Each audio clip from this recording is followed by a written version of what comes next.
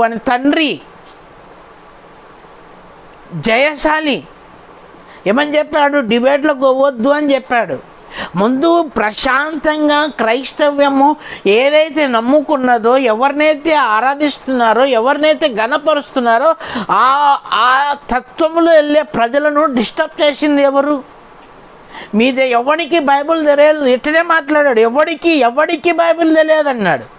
ఎవరికి బైబిల్ తెలియదు అన్నాడు. ఎవరికి తెలియదు, నా దగ్గరకు వచ్చి నేర్చుకోని అన్నాడు.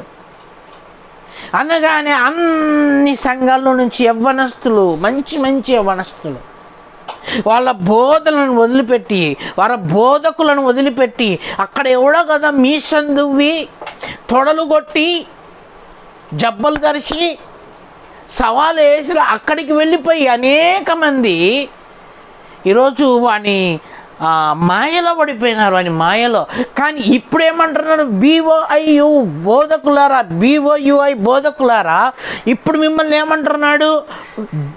తొడలు కొట్టి, మీసం దువ్వి, జబ్బలు ధరిచిన వాడే ఇప్పుడు మిమ్మల్ని చెడ్డోళ్ళు మీరు అని అంటున్నారు. చూడండి, ఆ వీడియో వినండి ఒకసారి. ఇప్పుడు మీరు డిబేట్లు పెట్టకండి, పోటీలు నిర్వహించకండి. Bible Open University India International వారు నా పిల్లలని చెప్పుకునేవారు ఎవరైనా మీరు ఒకటే గమనించండి. మీరు ఇలా పోటీలని, డిబేట్లని కానీ ఇలా పెడితే మిమ్మల్ని బైబిల్ ఓపెన్ యూనివర్సిటీ నుంచి తీసి బయట పడేస్తాను.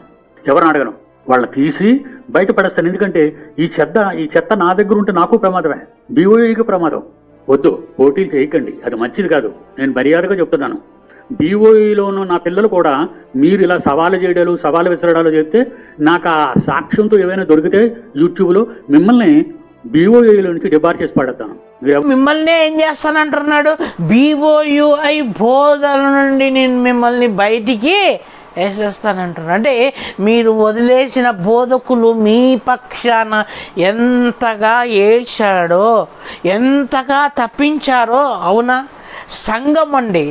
సంఘము ఎంతగానో కష్టపడితే సంఘం ఏర్పడదు.